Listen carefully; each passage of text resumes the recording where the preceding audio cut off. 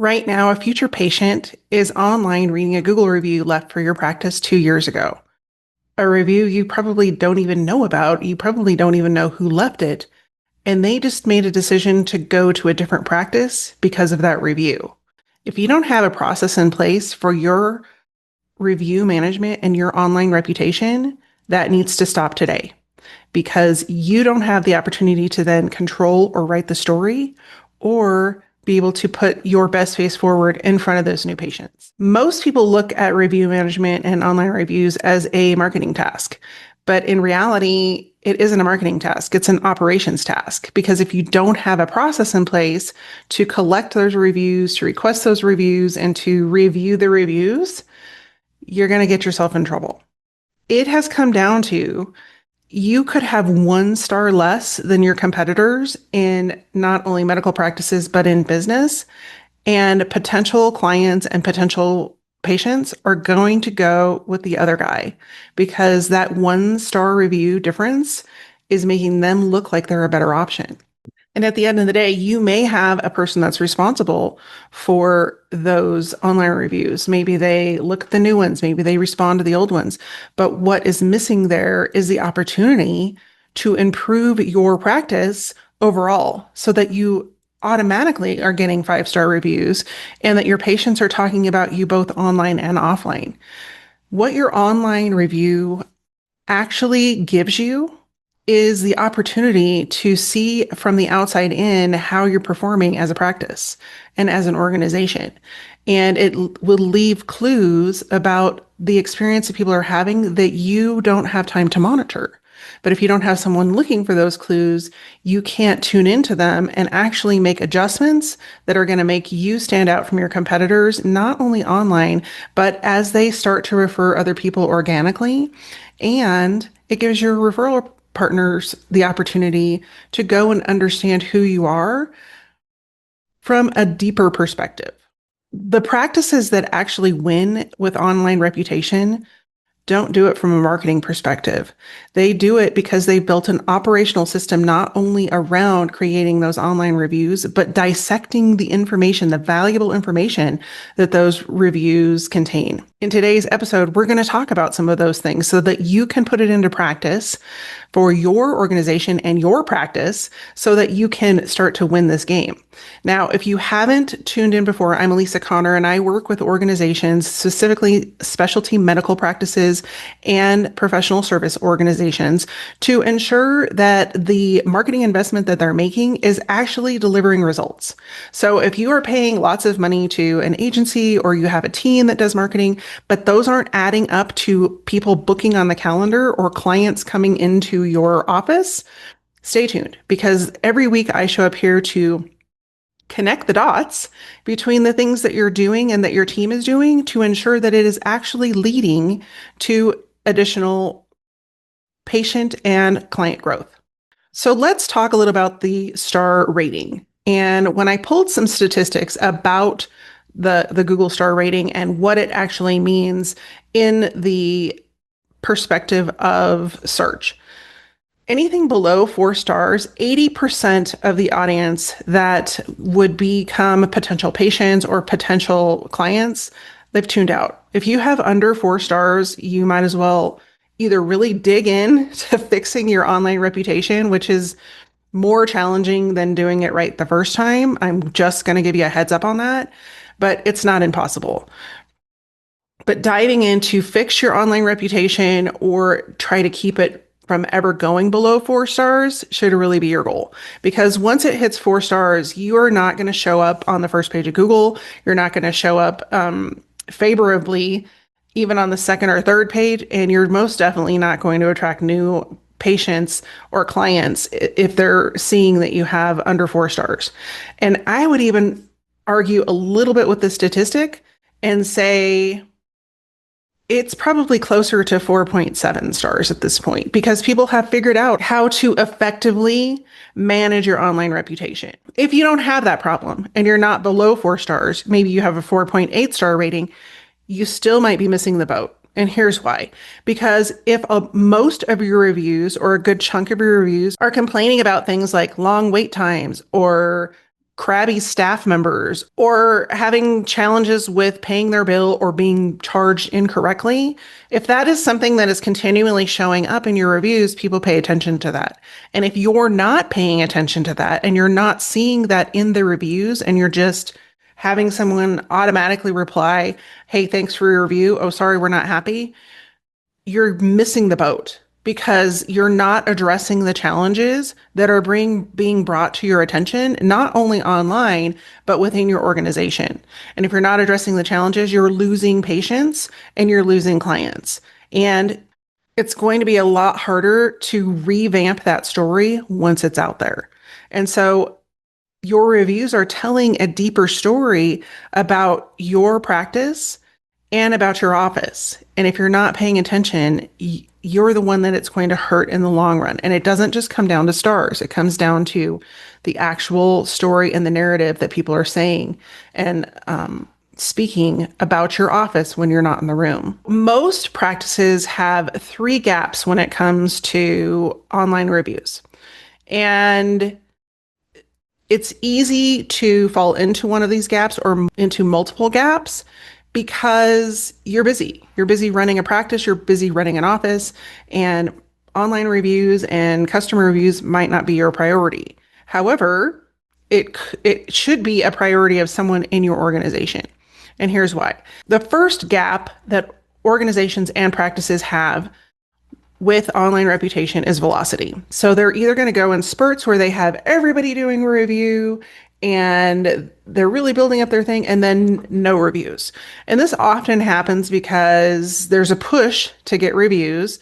And maybe it's when you're first setting up your online business page, or you have had a poor review. So now you're trying to rebuild your reputation, or you just never thought reviews were important. And so you didn't put any effort into it. And so you take the initiative to make sure that people are leaving your reviews, and you do a big push for that.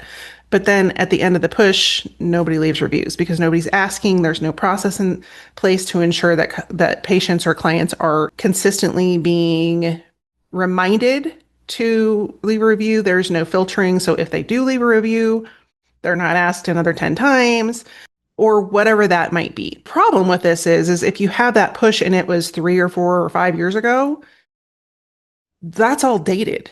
And so now nobody really knows what's happening in your current practice or organization because all of your reviews are really old. And they don't know if things are being run the same, things are being run differently, because there's nothing current. And so if you aren't consistently asking for reviews from patients and clients, it's really hard to keep your star rating up, and it's really hard to control that story because all of the chapters of the story were written 3 or 4 or 5 years ago. So when it comes to ensuring that you don't fall into the velocity gap, you need to have a plan and a process and a structure in place to not only initiate having people leave reviews for you, but that someone is going in and monitoring those reviews to ensure that they are on the up and up. They're shining a bright light on your current practice/organization. And that if there's a challenge, you address it immediately, not 3, 4, 5, 6 months down the line. Because at that point, that person is so mad, they're not only not going to come back and be a patient of yours, but they have probably told their mother's brother, sister, and everybody in between what a horrible experience it was. So your name is being tarnished every minute that goes by that you're not addressing those reviews, which leads me to gap number 2, response behavior. And most often, people either don't respond to reviews at all. This is what I see most often when I'm doing a review of practices, is they have a bunch of reviews out there and they either 1, don't look at the reviews, or 2, if they're looking at them, everybody is responded to like a robot. There's a lot of robotic options out there that allow you to just say, hey, thanks for a review. And what people don't realize is that every time a review is responded to, that boosts your ranking. However, when it's not personalized or it doesn't feel like it's come from a human, especially in the world of AI, that is actually tarnishing your reputation a little bit because people can see that. They can see your response and they're like, they didn't even respond to this. Or they for sure didn't respond to this negative review in an appropriate way. Because if there's no resolution about that negative review and it's just some random, oh, we're sorry you're not happy, anybody can do that. That's not personalizing an experience for your patients or your clients. And so having, again, a process in place to address any kind of review behavior in a personalized and hospitable way is going to drive people reading the reviews and making a decision on whether or not they're going to come to your office more likely to choose you because it looks like you actually care about the people that come to your office and you've not just assigned some random robot to automatically reply to reviews. One last thing I want to mention on this specific gap is that silence is an answer. Silence, meaning you're not responding, really comes across as we don't care about our patients, we don't care what you think.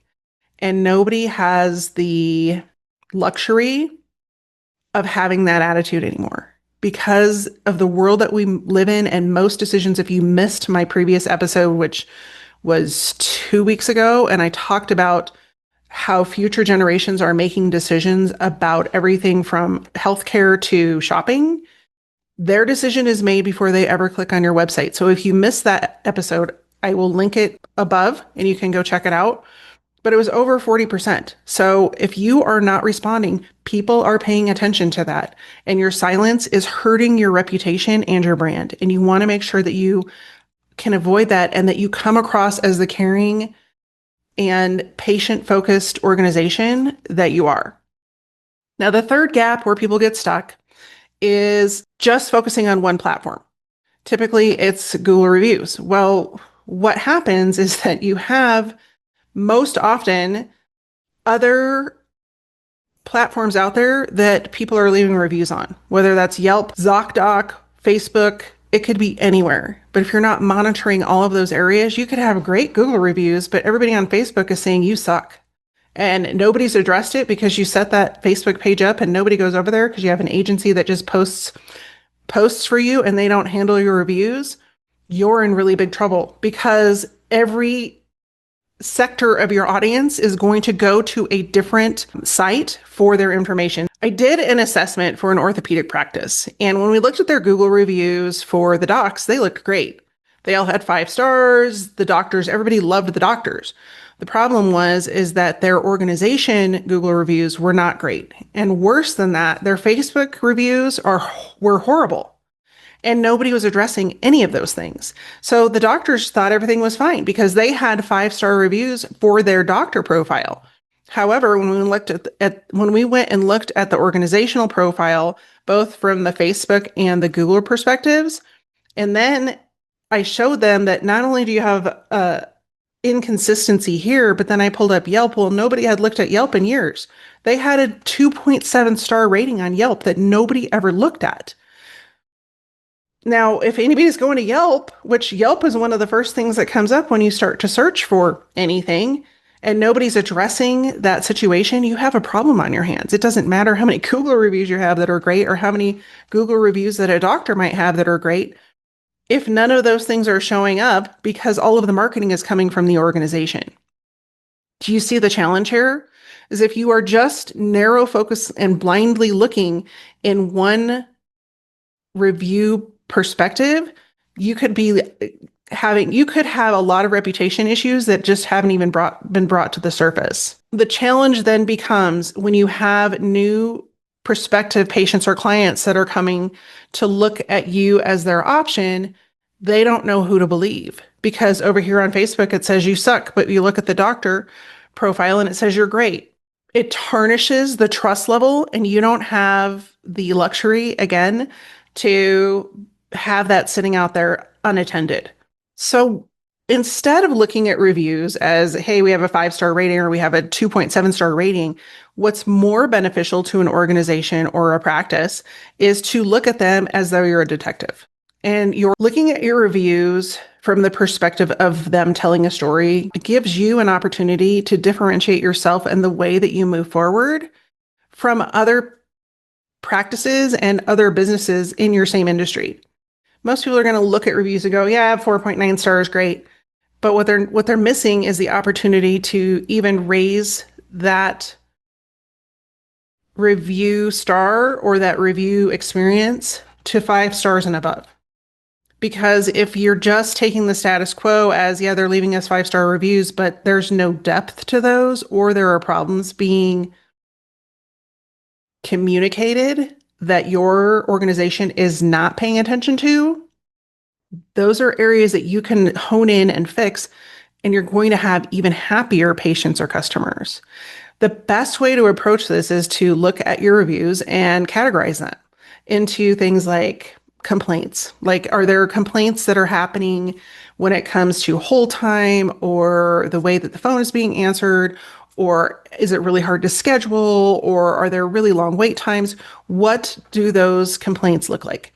And you could call that as initial access points or patient access points to, it's the immediate access to get help or to come into the practice. And you could have one category there and then create an operational process around how to fix those things. Then the next thing that you want to look for is communication complaints. This addresses things like feeling like you being rushed by the doctor or not having questions answered or billing challenges that were not addressed properly or whatever that might be. And those are a little bit deeper, and typically items in this category are going to take a little bit longer to fix because it's going to require additional conversations and additional processes. So I'm not saying each of these needs to be addressed immediately, but when you're looking at things like this, you probably want to look at it from the perspective of immediate fix, long-term fix, and here's some things that we can do after we get the initial things fixed. Because when you're reading your reviews and you're looking at how you're showing up, you are probably going to be surprised at what people say. And more so, you're probably going to feel a little panicked that there's a lot of work to do. And that's okay, because every business evolves, whether that's through employee transitions or even organizational transitions. Everything evolves. And a lot of times the focus is on that transition and not how it's affecting the outside perspective of your organization or your practice. The third area that should be broken out separately from kind of the administrative and communication challenges is billing. The area that receives the most complaints in a medical practice, honestly, is usually billing. It's either scheduling or billing. And the reason is that people don't want. The reason billing is such a challenge is because most people don't want to talk about money, and there's not a clear communication process around the billing system, especially in healthcare, because there's so many moving parts and pieces when it comes to billing, including insurance and deductibles and what percentage of deductibles. There's a lot of moving pieces there that people outside of the medical industry don't necessarily have a strong grasp on. And if you don't have a strong communication process around all of those different perspectives, there can be confusion, there can be reluctance in paying the bill because there's miscommunication around how much they should pay. There's long wait periods because they're waiting for their insurance to get the billing through. There's a lot of factors. But if you can create a process that prepares patients for what's to come and gives them a brief education around how that will work with their specific situation, the chances that you're going to have people leaving reviews about your billing situation are much, much less. And if you do have challenges and you see that review right away, you know that's a problem you need to address immediately. And you're going to know who that person is because you have somebody monitoring that on a regular basis, not 3, 6, 9, 12 months later. And then the last area to look at, which this is actually a favorite, is all the nice things, all the kudos that people are leaving about your practice. What are they saying? What are the things you're doing right? What are the things you can hone in and make sure that you're doing that even more effectively so that more of those reviews are coming through and shining that bright light on the things you're doing well? And so it's not all negative. You're not always looking for the negatives. You're also looking for the positives because sometimes just a little tweak can make that positive even more impressive and encourage people, patients, clients, to go and leave more reviews that align with that praise. But the nice thing about setting up these categories is then you have a roadmap. for whoever is managing your online review process, they have a roadmap. They know there's 4 categories that things go into. It's, initial contact, it's administrative and communication challenges, it's billing, and it's the yay, kudos, you're doing a great job. And so when they are looking at those reviews on a regular basis, so maybe it's weekly, maybe it's daily, it just depends on how many people come through your practice and how many reviews you get. They have a system so they know how to address challenges and who they should go to have them addressed. And it shifts from being reputation management to being reputation engineering, because you are then able to engineer a process around the challenges and also the kudos. And you know that you can reward people if they are being mentioned again and again in a review. Like, for example, if you have a physician's assistant who is regularly called out in reviews as an excellent resource to your practice, then call them out and let them know they're doing a great job so that they're not looking for another position, or they're not feeling down on their luck, and they're actually feeling appreciated and recognized by the organization. So if you're a regular subscriber to the show, you know that I include an action plan for every episode that I do.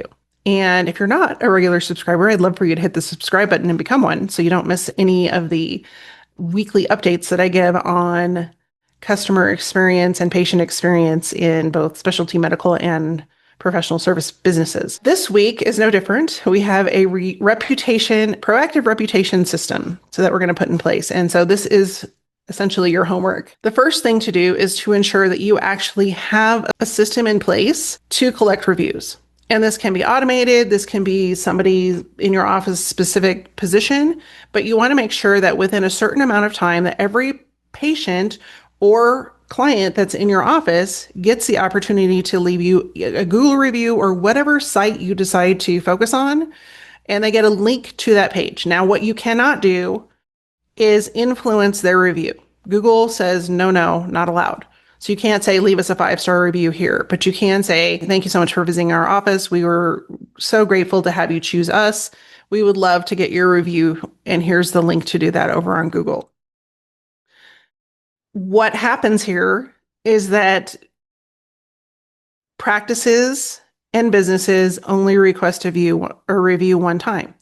Well, patients, just like everyone else, are busy. And so they might see that text or that email the first time and go, I'll do that later. And then they're never reminded again. So you might want to add into your process the opportunity to send them another reminder. I wouldn't get crazy with it, because if people are going to do it, one reminder after the first reminder is probably enough. Otherwise, they're going to get annoyed. You could even phrase that second opportunity as, hey, we know life gets busy. It's so important that we ensure you had a good experience with our practice. We would love to get your review over here and hear how things went so that we can ensure that we are operating at our highest level and that our patients are happy, or something like that. Sometimes all people need is a personal invite and a reminder that this is really important to ensure that things keep rolling. Does that mean everybody's going to do a review for you? No, but it will increase the likelihood that they will leave you a review, and it will be positive. So the second step of this protocol is somebody has to be responsible for this, and it has to be somebody that is able to categorize the reviews into those 4 categories that we mentioned above, and also take responsibility for responding to reviews, both positive and negative. And most importantly, responding to the ones that are negative promptly and in a way that makes that patient or client feel like they are being heard and that their challenge will be addressed as quickly as possible. But the other thing that responsible party needs to be looking for is the things that are being said over and over again, because that will become the operation challenges that need to be addressed by the organization, so that it's not only happening in the review process, but that those challenges are never an issue and they never show up in reviews again. That's ultimately the goal, is that if there's challenges being commented on again and again, It's a signal that there's a challenge going on in your organization and it needs to be addressed so that you don't have a poor reputation out there and you don't have people saying negative things about you before you even get the chance to get in front of them and show them who you are. And this leads us to step number 3, which is every 90 days, you look at that tally sheet of those 4 categories of communication, initial interaction, the kudos, you're doing a great job, and the billing areas, and you see which one is having the most challenges, what things are being said again and again, and you create a plan after that 90 days to address even just one of those areas and start to get it under control and refine it and optimize that process so that you don't have people that are leaving not only negative reviews, but speaking to their friends, their family, and other people that could be referrals to you in a negative light. You want to make sure that you're addressing those things and that you have a plan and a process in place that allows you to address those things. So your 3 actions this week are to review your last 30 Google reviews and categorize them by theme. Not by star rating, not by yippee skippy, we have 5 stars and nobody said anything, but what is actually being written in the reviews and put them into one of the categories of initial communication, billing, administrative challenges, or other communication challenges, and kudos. And then analyze those things to see what operational challenges are lying beneath the surface for those reviews. Your second action for this week is to go Google your practice and see all of the different review platforms that show up, because they're all going to show up whether you are paying attention to them or not. This is really important for you to go and take a look at who's saying what and where they're saying it. And if they don't show up and you know that you have, for example, a Facebook page or a business listing that somebody's forgotten about, but you know it's out there, go and look at those too. Because you need to make sure that your overall online reputation is consistent across all of those platforms. And if it isn't, then you have a little work to do on those platforms. And some of that work might be trying to improve your reputation on certain platforms, which is it can be a little tricky. I'm just going to put it out there. Depending on the platform, it can be a little tricky. And then the last step is to time how long it takes for somebody to respond to a review. Do you have a process in place? Do you have somebody that's their job and they're consistently able to do that and they're not overwhelmed with other responsibilities so that those are being left on the, for someone else to take care of? Or are they being ignored? Like, what's the process? And if you don't have a process in place, that should be one of the first places that you start to implement the things that we talked about in this episode. So if you don't know where to start and you're like, I think our online reputation is a mess and I don't even know where to look, and we probably have things everywhere and nobody in our office has time to even do this analysis, I can step in and help. I offer a reputation diagnostic that will give you the insights that connect your operational challenges to what's happening online, so you know if there's a disconnect there and you get a clear picture of where to start.